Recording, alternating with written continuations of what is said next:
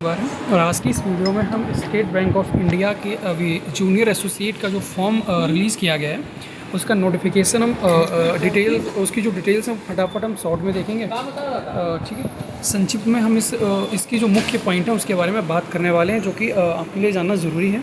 सबसे पहले अगर हम बात करते हैं हमारे पास जूनियर एसोसिएट की फॉर्म फिलिंग की जो हमारे पास इंपॉर्टेंट डेट्स हैं उसमें अगर हम बात करते हैं तो हमारा जो फॉर्म भरना है वो 6 अगस्त से स्टार्ट यानी कि आज से स्टार्ट हो गया है। वहीं अगर हम बात करें इसका जो आखिरी डेट है वो 26 अगस्त है, यानी कि आप 26 अगस्त तक अपना फॉर्म भर सकते हैं और उसकी फ़ीस को जमा कर सकते हैं। ठीक है, दूसरा चीज़ हम अगर नंबर ऑफ़ वैकेंसीज़ की बात करें तो पूरे भारत भर में 5180 वैकेंसी है मेरे भाई। वहीं अगर हम बात करते हैं सबसे अधिक वैकेंसीज़ की तो वो किस स्टेट से हैं, तो वो है एक मिनट, यूपी कहाँ चला गया, यूपी से शायद सबसे अधिक वैकेंसीज आई हैं। उत्तर प्रदेश 514 वैकेंसीज, हाँ जी, उत्तर प्रदेश में सबसे अधिक वैकेंसी आई है। इसी प्रकार से अलग अलग स्टेट का अलग अलग नंबर ऑफ़ वैकेंसीज़ है। वहीं अगर हम बात करते हैं क्लरिकल लेवल की जो वैकेंसी होती है इनमें लैंग्वेज का बहुत ज़्यादा इंपॉर्टेंट रोल होता है। आप किस स्टेट से फॉर्म भरते हैं ये आप पर डिपेंड करता है। आप चाहें तो किसी भी स्टेट से फॉर्म भर सकते हैं, लेकिन कंडीशन यही है कि आपको वहाँ की लैंग्वेज आनी चाहिए। और आप नोटिफिकेशन में देख सकते हैं हर एक स्टेट का जो लैंग्वेज है, जो वहाँ का क्वालिफ़िकेशन है लैंग्वेज के अंदर, वो आपको यहाँ पर दिया गया। जैसे गुजरात में आपको गुजराती आनी चाहिए, अगर आप आंध्र प्रदेश से भरते हैं तो आपको तेलुगु या उर्दू आनी चाहिए। वहीं अगर आप क्या करते हैं मेरे दोस्त, जैसे उत्तर प्रदेश से भरते हैं तो आपको हिंदी या उर्दू आनी चाहिए। अगर महाराष्ट्र से भरते हैं तो आपको मराठी भाषा का ज्ञान होना चाहिए। ठीक है, तो ये लैंग्वेज प्रोफिशिएंसी है, इंपॉर्टेंट होता है। आपका मेंस एग्ज़ाम के बाद क्या होता है, इसको कंडक्ट करवाया जाता है और वहाँ पर आपकी भाषा में दक्षता जाँची जाती है। तो आप अपना फॉर्म भरने से पहले डिसाइड कर लें कि मतलब आपको उस स्टेट की भाषा आती हो। ठीक है, वहीं अगर हम बात करते हैं इसमें एज की, मतलब एज का क्राइटेरिया क्या है इस फॉर्म को भरने के लिए, तो जो एज है आपको मिनिमम 21 साल और मैक्सिमम क्या होता है मेरे भाई 30 साल तक आप इस फॉर्म को अप्लाई कर सकते हैं।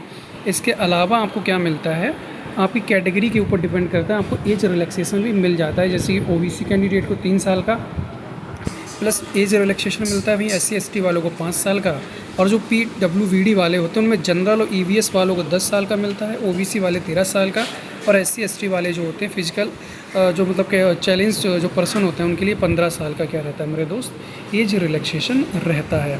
वहीं अगर हम बात करते हैं सबसे इंपॉर्टेंट चीज़ की, इसेंशियल एकेडमिक क्वालिफिकेशंस, आपके पास क्या शिक्षा, आपकी क्या शैक्षिक योग्यता है इस फॉर्म को भरने के लिए। तो मेरे भाई इस फॉर्म को भरने के लिए ज़्यादा शैक्षिक योग्यता कुछ खास नहीं है। आपके पास ग्रेजुएशन का डिग्री होना चाहिए किसी भी सेंट्रल गवर्नमेंट या किसी रिकॉग्नाइज्ड यूनिवर्सिटी से। आप क्या हो, आप ग्रेजुएट होने चाहिए, और आपका जो ग्रेजुएशन के लिए डेट है 31 दिसंबर 2025 से पहले का या उस तारीख तक आप ग्रेजुएट हो जाने चाहिए। ठीक है, तब आप इस फॉर्म के लिए क्या कर सकते हैं, अप्लाई कर सकते हैं। यानी कि अगर आप अभी फाइनल ईयर में हैं तब भी आप इस फॉर्म को अप्लाई कर सकते हैं, लेकिन कंडीशन वही है, आपका जो फाइनल रिज़ल्ट है वो 31 दिसंबर 2025 से पहले आ जाना चाहिए। ठीक है, तो मेरे भाई यहाँ तक आपको समझ में आ गया होगा। वहीं अगर हम बात करते हैं इसमें ठीक है, अगर हम बात करें इसके सिलेक्शन प्रोसीजर की, तो आपको पता है state bank of India mostly लगभग मैक्सिमम जो बैंकिंग के एग्ज़ाम्स होते हैं जो कि IBPS कंडक्ट करवाता है या स्टेट बैंक ऑफ इंडिया अपना करवाती है, तो इसमें हमारा क्या होता है मेरे भाई, 3 स्टेप में हमारा एग्ज़ाम होता है। सबसे पहले आपका प्री का एग्ज़ाम होता है, फिर मेंस होता है, और चूँकि हमारा जूनियर एसोसिएट का है तो इसमें इंटरव्यू नहीं होता, इसमें लैंग्वेज प्रोफिशिएंसी हमारा स्टेप नंबर 3 होता है। ठीक है, तो प्री के एग्ज़ाम की बात करें तो इसमें इंग्लिश के 30 क्वेश्चन आएंगे, क्वांट के 35 और रीजनिंग के 35 क्वेश्चन, यानी कि टोटल 100 क्वेश्चन 100 नंबर के, और 1 घंटे का टाइम आपको प्राप्त होगा। वहीं अगर हम बात करते हैं मेंस में, तो आपके इसमें 4 सेक्शन होते हैं। पहला जनरल फाइनेंशियल अवेयरनेस का होता है जिसमें आपको 50 नंबर मिलते हैं 50 क्वेश्चनों के लिए, टाइम 35 मिनट का।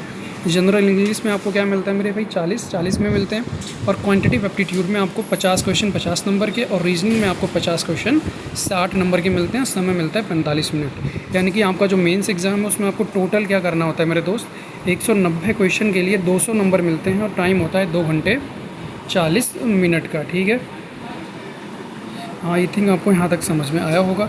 इसके बाद आप, और हाँ, ये जो आपका प्री और जो मेंस का एग्ज़ाम होता है दोनों में नेगेटिव मार्किंग रहती है 1/4 ऑफ द जो उस क्वेश्चन के अगेंस्ट जो नंबर होता है उसका 1/4 क्या होता है आपका डिडक्ट हो जाता है अगर आप गलत करते हैं। ठीक है, वहीं अगर हम बात करते हैं लोकल प्रोफिशिएंसी टेस्ट की, तो सबसे पहले आपने क्या होगा, आपने 10वीं और 12वीं में वो आपके पास होनी चाहिए। ठीक है, आपने जिस भी स्टेट से अप्लाई किया उस स्टेट की भाषा आपको आनी चाहिए।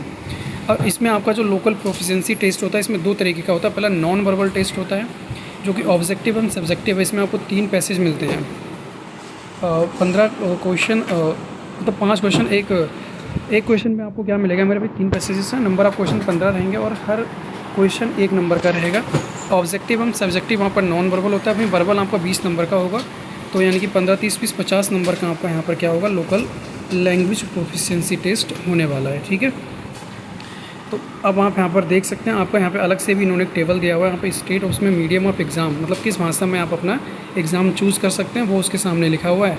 आप अपने स्टेट के हिसाब से अपना एग्ज़ाम देख सकते हैं, मतलब जो भी आपको सही लगता है वो आपके ऊपर डिपेंड करता है। ठीक है, बाकी हाँ, बाकी फ़ीस की बात करते हैं तो SC ST वालों के लिए कोई भी फ़ीस नहीं है। जनरल, OBC और EWS कैंडिडेट के लिए 750 रुपये प्लस, हाँ 750 रुपये आपका क्या रहेगा, टोटल फ़ीस इसमें रहेगा। और इसके अलावा आपको अपना एक फ़ोटो, एक signature, left hand thumb impression और हैंड रिटन डिक्लेरेशन आपको इसमें देना होगा। अगर हम नमूने की बात करते हैं हैंड रिटन डिक्लेरेशन के, तो आप यहाँ पर देख सकते हैं लिखा हुआ है I dash name of candidate, date of birth, hereby declare and dash dash dash. ये आपका क्या होता है मेरे भाई, इसका हैंड रिटन डिक्लेरेशन। आप यहाँ से इसको लिख सकते हैं, बाकी आप नोटिफिकेशन में भी इसको ढूंढ सकते हैं। आपको इसको अपने आप से लिखना होता है, हाथ से लिखना होता है और इसको अपलोड करना होता है। ठीक है, तो आई थिंक आपको यहाँ तक सब समझ में आया होगा। अगर आपको कुछ भी डाउट है इस वैकेंसी से संबंधित, तो आप पूछ सकते हैं। बाकी इस नोटिफिकेशन में आप इस नोटिफिकेशन के माध्यम से भी क्या कर सकते हैं, संपूर्ण जानकारी ले सकते हैं। इसमें लगभग सारा कुछ मेंशन रहता है। ठीक है, तो मिलते हैं भाई सब बहुत जल्द नई वीडियो के साथ में। तब तक के लिए आप हमारे चैनल को सब्सक्राइब करना ना भूलें। बाकी अगर वीडियो पसंद आई है तो लाइक करें, अपने दोस्तों के साथ शेयर करें। धन्यवाद।